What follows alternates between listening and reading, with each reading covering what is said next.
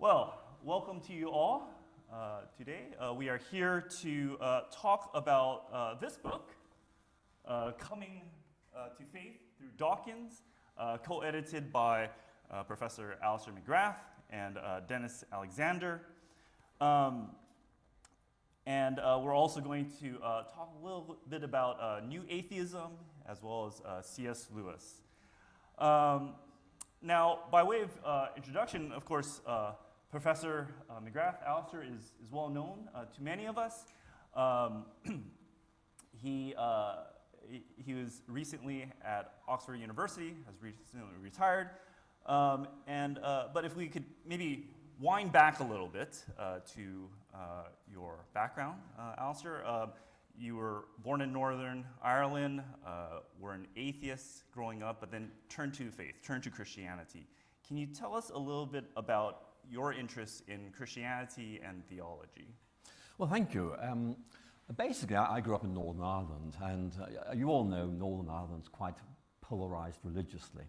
And so when I was young, first of all, I was studying science. I loved science. I wanted to study science at university. But also, I kind of felt that Northern Ireland's problems lay in this religious polarization. And back then, you know, I was quite a concrete, very simple thinker.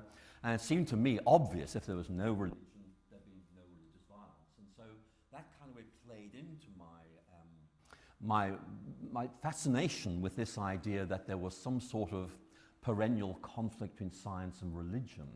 So at the age of 16, it seemed to me absolutely obvious that atheism was the right position for a thinking scientist, which is what I like to consider myself at the time. So anyway, there you are, you're 16 and you've sorted out the whole world. And then gradually, over a long period of time, I began to realize it wasn't quite that simple. But I think really there were two very important stages. One was actually leaving Northern Ireland and going to university in Oxford to study science. And then discovering that at Oxford there were a lot of very intelligent people who you had to argue with. And actually I began to realize that life was more complicated and much more interesting than I had realized. And so I guess part of my own personal journey was really realizing that atheism seemed to be a faith position. You know, I believe there is no God, but when you press me, I can't actually prove that that's right. And also begin to realize that that Christianity, which I dismissed rather, I think, superficially and rather glibly, actually had a depth I simply did not appreciate as a teenager. And actually, people at Oxford helped me to discover that. And really, one of the people who did that was C.S. Lewis. I remember after my decision to kind of re-embrace Christianity, bothering my student friends by saying, well, why do Christians believe in the Trinity and things like that? And it really irritated them enormously. And eventually, I think one of them, more in desperation than anything else, said, look, why don't you read C.S. Lewis? And I knew the name C.S. Lewis. I knew he'd written a book about a lion. So I decided to get one of his books, and it was called They Asked for a Paper. And there was an essay in it called Is Theology Poetry? And I read it and just sort of opened up this idea, not simply of Christianity as an inhabitable way of thinking, but actually more as a connected up thing, what we might now call a worldview, but it's sort of a coherent way of thinking. And those who are psychologists will know how important a coherent way of thinking is. And so Lewis was my gateway into that, and really I've been exploring that ever since. So that's how I kind of came to be here. And obviously, because I'm an atheist who became a Christian and who loves science and still loves science, exploring the contours of the relationship of science and faith really has been very important for me throughout my working life, actually. Thank you very much. We'll come back to Lewis in a few minutes, but I did want to ask you about Dawkins, Richard Dawkins, because of course that is, his name is on the title of the book. But could you tell us maybe a little bit of your own interactions with Dawkins personally? Well, obviously I read Dawkins. When I was doing my doctorate at Oxford in molecular biophysics, I was back in the mid-1970s, Dawkins' book, The Selfish Gene, came out. And I read it, and many people read it, and we talked about it in our lab, you know, and it was a very, very insightful, very easily read, very accessible book, really opening up the world of aspects of evolutionary biology, I thought very, very compellingly. I was niggled by its anti-religious tone, which I thought was unnecessary, but I didn't really give it much more attention than that. And then, fast forward by quite a long way to about 2003, I think it's 2003, I was asked if I would go to a private debate in an Oxford college where there'd be two other speakers, and the issue on the agenda was rationality and faith and science. And the two other speakers when I turned up were Peter Atkins and Richard Dawkins. Peter Atkins I knew because he taught me quantum physics. So, you know, I knew him, and actually we still get on, we talk to each other. You know, he's a very affable person, even though he's quite an aggressive atheist. But, and then Richard Dawkins, who I hadn't met, but obviously I had read. And we had an interesting debate, and it really left me feeling this is going to be culturally very significant. The debate we have just had in this Oxford College, which is a private debate, is going to go public because it's obvious there's some books in the offing which are going to, in effect, make this of major importance. And I thought, I'm going to preempt it, if I can, by writing a little book on Richard Dawkins, which in effect looked at his views on science and religion. And it was not an adversarial book. It was really just saying, look, here's what I think Dawkins is saying. And I do make some criticisms, but I also make some affirmations. You know, he's an extremely good writer and a very able expositor of a lot of ideas. And actually Dawkins was very kind. He said, look, you've got me right, even though he disagreed with where I was coming from, things like that. So that really was just me getting my head around Richard Dawkins. And then in 2006, The God Delusion appeared. And again, I thought, well, look, I probably know more about Dawkins' science religion than most people. Maybe I need to kind of get involved in this debate. I had a problem because Dawkins quite often ventures into the area of psychology, which is something I do not know very much about. But I'm married to a psychologist, so the two of us kind of had a conversation. And we, in effect, wrote a book between us, in effect, suggesting Richard Dawkins hadn't quite got things right. So what I'm saying to you is I do disagree with Richard Dawkins. I think at many points he gets things wrong. But I do also admire him for the lucidity of his prose, for his ability to express himself very, very well, and using very good analogies to bring things out. So he's very interesting to engage with, but I'm afraid that the engagement has been more at the level of writing books or articles about him rather than interacting with him personally. It's not really, we have debate on occasions, but I have to say it's really like kind of shooting past each other. You know, it wasn't really a conversation. It was more a sequence of sentences that weren't actually connected up. See what I'm trying to say? And, sorry, I just lost my thought. By follow-up and maybe in connection to this book, would you say that New Atheism or Dawkins, would the world be a better place without New Atheism? Well, that's a judgment I couldn't really make. I mean, the world is what the world is, and I'm afraid we're all really puzzled by it, why these things happen. And I think that for me, I think at the time I found it quite difficult to understand where the New Atheism was coming from. I think looking back, you know, very often you understand things when you look back rather than actually being there at the time.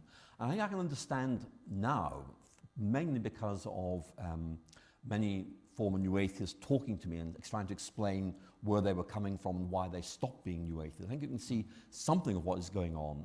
But I think if I can put it like this, there was a sort of growing feeling in certain circles, particularly in North America, that religion was on its last legs, just needed one final shove to see it on its way. And 9/11 was that final shove, and the books that emerged from that, above all, Dawkins' book, The God Delusion, Sam Harris's End of Faith, and Letter to the Christian Nation, and then, of course, Christopher Hitchens' book, God is Not Great, in effect were, I think, that those final shoves to really get religion eliminated from the cultural landscape. So I think there was a sense that this was an idea whose time had come. And there was this almost messianic aspect of it. I remember once talking to a bookstore manager in Oxford, and they'd done a book signing for The God Delusion. And he was saying that what interested him mostly was the way people left the bookstore with a copy of The God Delusion. And they were sort of holding it to them like this. It was almost as if it was a talisman or some sort of something which would ward off these irritating things called religious people or religious ideas.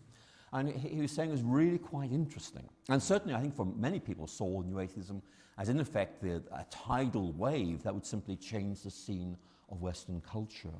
And I think speaking to many former New Atheists, many who have gone public about this, there is this feeling that the movement lost its way very, very quickly. It in effect really, according to someone like P.Z. Myers, University of Minnesota, who blogs extensively on atheist issues, it seemed to get locked into a political debate about Islam and a political debate about how to, in effect, retain American values in a very complex modern age. So really, a kind of way began to fade because it didn't really speak to where people were. In other words, people thought it was about this, but now it seems to be about this. And the result is that it has faded away. And I have to say that in talking about that book to an undergraduate audience recently, I had to actually begin the talk by explaining who Richard Dawkins was. Because, and it's entirely understandable, you know, there was this very rapid cultural change going on, and what would have been so familiar to people back in 2006, you know, nearly 20 years later, it's just a different planet. And so, you know, things have moved very, very quickly, and this is no criticism of Dawkins, it's actually really about the way our culture is moving. And I think that's a very significant observation. Well, I think people here may know the name Dawkins, but this book in particular, can you say a little bit as to why you decided to put this book together? Yes, I will, and then we'll come back to C.S. Lewis later, because I'm sure he's worth talking about as well. This is a book written a long time after the events it refers to. It's not written by me or Dennis Alexander. We simply are it was the midwives. You know, we made it happen, but it's not us. There are 12 essays in this book. And I'll tell you how it was written. Dennis Alexander is someone who, like me, is very interested in science and religion. And you know, we just talk regularly and saying what's going on. And before I retired, I held the chair of science and religion at Oxford, and I had a steady stream of visitors to my office who were either graduate students or those who had just recently found new academic positions who, in fact, wanted to tell me their story because they said, you might find this interesting. And the gist of these stories was, we used to think Richard Dawkins was wonderful and right. And then we began to read him in more detail and began to think that this can't be right. And so, intrigued by Dawkins' critique of Christianity, they began to read Christian sources. And in effect, by what was clearly a complex process, found a way from being a kind of Dawkins fans to, in effect, a narrative of disillusion, disappointment, to either reaffirming Christianity or discovering it. And I was quite surprised by this, and I did suggest to them it might be nice if they could, you know, put this on the web or something because they were quite interesting. And they said, no, we don't want to. We're talking to you and it's private. Dennis Alexander, when we had a conversation about this, also had experiences like this. So we began this search to see if we could find a group of people who had these similar experiences but would go public. And we eventually found 12 people, and they're in this book, who simply said, we're going to tell the stories. And really, Dennis and I are just bookends. You know, we're just saying, look, here are these people. They're really interesting. Please read them. And then we go straight into the 12 essays. But they do have, I think, several very interesting features.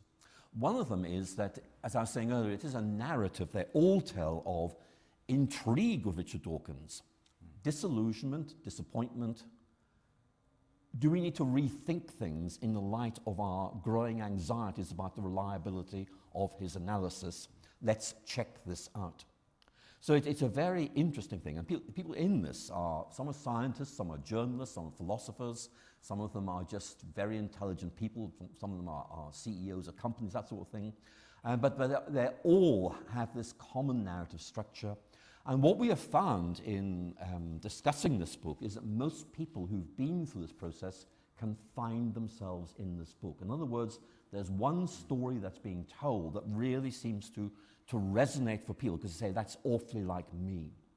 But the other thing to say about this book is it's not a typical engagement with Dawkins. A typical engagement with Dawkins, like the one my wife and I wrote, is Dawkins says this, but actually that's not right because of this. which is worthy and interesting, but terribly dull. And actually, I mean, this book in many ways just shows how important the genre of narrative is, because it's people telling their stories. It's saying, I used to think this, let me tell you what I read, what I thought, and actually it made me think this. And it is so much more interesting than a simple critique of somebody.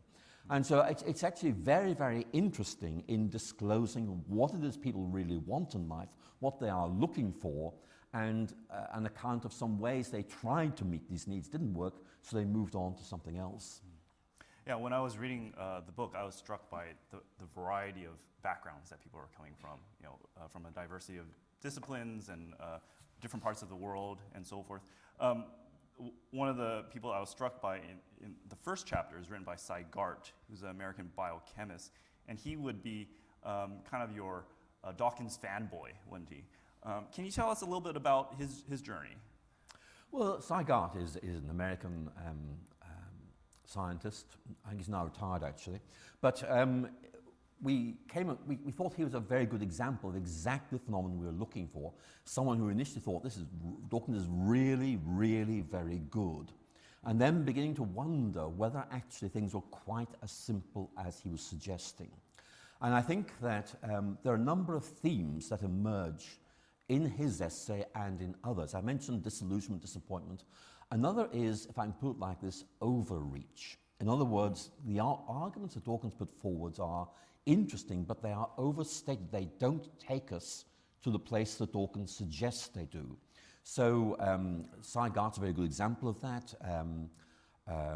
We might think of others, I can mention some later, who in effect are taking a very similar view, but the problem is overstatement and also perhaps not quite understanding what Christianity is, and therefore offering a critique of something that Dawkins clearly thinks either is religion or is Christianity, but actually is very much an outsider's perspective of Christianity.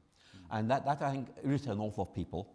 And the final thing, which is a common theme in many of these essays, is the tone of certainty that permeates the writings of New Atheists. This is obviously right. Therefore, anybody who feels differently has a few screws loose. You need to actually wake up to the way the world really is. And again, the concern these people are expressing really is we just don't think it's that straightforward. Andrew Goslar is another good example of a writer. Andrew Goslar is still active as a professor of biology at Oxford. And again, his narrative really is very similar. Initially thinking this guy is a really good biologist, like me, Andrew Goslar was saying, and then realizing, no, that doesn't follow. That's not right. This is an overstatement. This is a misunderstanding. And Goslar's particularly interesting because he also goes back to Dawkins' earlier book, A Selfish Gene, which many of you will have read.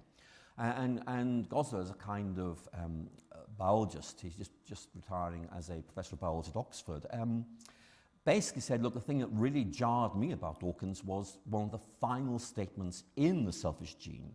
And those who've read this book will probably know this very well. The whole book is basically about the fact that we are taken over by, or we are beholden to our genetic inheritance. And then at the end of the book, Dawkins says that we alone are able to resist this. And for Goslar, basically, the whole book is saying precisely the opposite, and yet this seems to be a final sentence which kind of redirects the book completely. So there are some very serious issues being raised here, but they're being raised in a very accessible way. And there's also non-scientists in this book. The chapter by Sarah Irving Stonebreaker, in particular, I thought was interesting because she was an ardent atheist, and then she met New Atheism and then became a Christian. Can you talk about that a little bit? It's an interesting kind of a journey for her. Well, again, it's another interesting journey, and again, on reading her narrative, I was just so interested in it. So she basically is a humanities person, really, a philosopher. I think I would describe she's Australian. She writes extremely well. I think she probably would describe herself as a journalist, a public intellectual, I don't know, but she's very, very able. And she describes her own encounter initially with Peter Singer, who is very, very interesting. At the time he was in Australia, he then moved to Princeton, But again, for her, Dawkins really was the mascot boy for this kind of way of thinking that she thought was obviously right. And then beginning to think through its implications. And I think there's a very interesting point that begins to emerge in her paper, which I think is a wider thing, because when you're judging a worldview, I mean, you might use a number of criteria. You might say, what's the evidence for it? How much does it make sense of things? But there's also a third you might use, and it's going to be what I might call existential habitability. If this is right, can you flourish using this worldview as a guide to life? And in effect, what Sarah is saying is this doesn't work. It doesn't enable you to flourish. And therefore, she began to look for another way of thinking, which actually might enable her to really grow as a person and flourish. And again, that's one of her motivations. This can't be right. In part, one of the things she was saying is that Dawkins made some very strong moral judgments, showing some very strong moral commitments. And yet there were moral judgments and commitments that simply couldn't be sustained on the basis of the evidence he offered. In other words, he was clearly getting these judgments from somewhere else than his science, but failed to say where this was coming from. In other words, there's a kind of, if you like, free-floating moral set of values which are not actually grounded in what Dawkins acknowledges he believes in. So again, there's just this feeling, do you need a more robust foundation for ethics? And Dawkins is able to find in evolutionary biology. And again, that's a very significant question for quite a few people in this volume. I found really interesting reading the spiritual journeys for these people, some going through the Tao Te Ching, others looking at psychedelic drugs and all these different experiences coming to Dawkins and so forth, and in Christianity after. Would you say that there's maybe 2 or 3 major themes that come through this volume as a whole? Well, I think all human life's in there, if I can put it like that. We have a wide variety of people.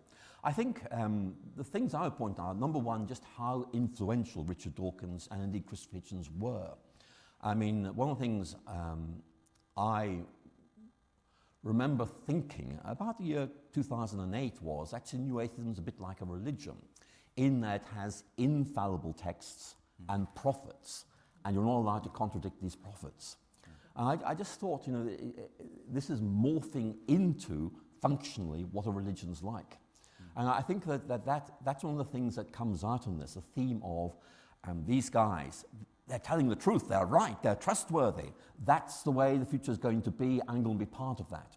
Because I think I always like being on the right side of history, and there's that very strong sense there. This is the way things are, the way they're going to stay, and therefore I'm going to kind of hitch myself up to this particular wagon as it goes forward into the future. And again, this growing realization, it's full of holes. It's going to sink, which is very much there in those essays. But I think one of the interesting things to do is just look at where the New Atheism is now in the light of these critiques. Because in many ways, these are representative. I mean, obviously, there are many, many other stories we know of but could not publish. But the themes are all there. And basically, if I can put it very, very simply, if there is a leitmotif running throughout this book, it's this. It's not that simple. In other words, that really life is much more complicated than we're sometimes led to believe, and sometimes that really does demand quite complex ways of thinking to cope with it. And in New Atheism's great virtue was its intellectual simplicity, because that immediately defined who was right, who was wrong, and in effect allowed you to categorize yourself amongst those who were enlightened. So I think that's part of the story of the movement away from this. So that's quite interesting, because that also, in some ways, speaks about the very particular context that the interaction that many of these peoples had with Dawkins and New Atheism. Can you maybe talk about how this book represents maybe a snapshot of the changing discourse in science and religion, let's say?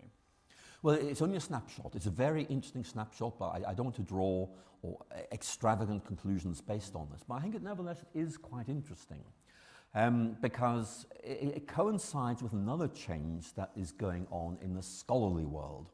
And what you very often find is that changes in the scholarly world take quite a long time to filter into popular culture.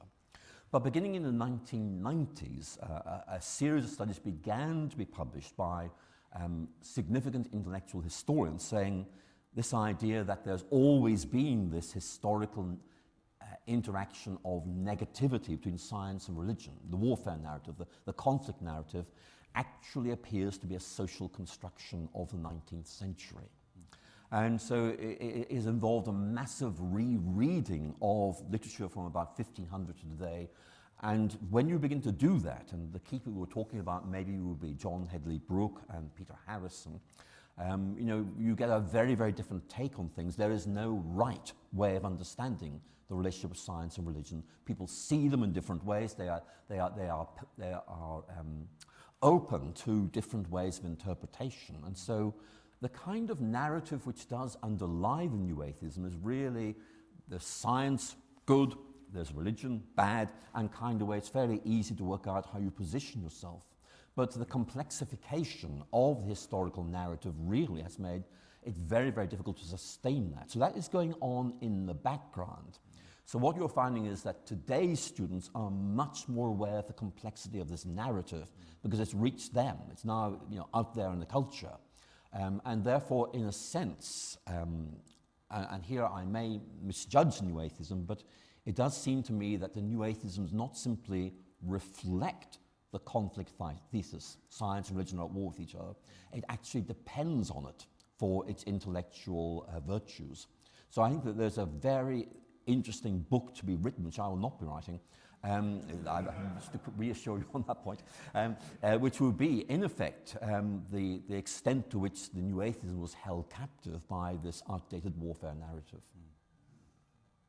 That's very interesting to just understand the sort of historical moment that this this kind of discourse has happened in. I promised a little discussion of Lewis, but before we do that, just one final question about this book. Was there anything from this book that surprised you? We asked the 12 authors to tell their own stories in their own ways. So in fact, Dennis and I, we call ourselves editors. That's a generous description. It's more compilers. You know, we found these people, we got them to tell their stories, and we didn't really edit them at all. We thought it was so important to retain the authenticity of their styles. The thing that surprised me was when I sat down and read the book, having obviously been involved in its production and reading it for the first time as a book, I thought, actually, these essays are really interesting. And rediscovering how fresh they were, how engaging these were. So actually, I can see why it had such a big impact, because it's so engaging. But I think that the other thing, which again, I mentioned earlier, but I will come back to because it's so important, is the power of narratives. You know, actually, the best way of piquing somebody's interest is to tell a story.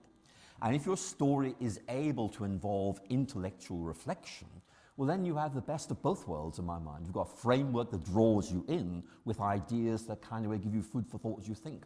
So for me, it's just a very interesting book, which opens questions up in a very accessible way. Oh, thank you.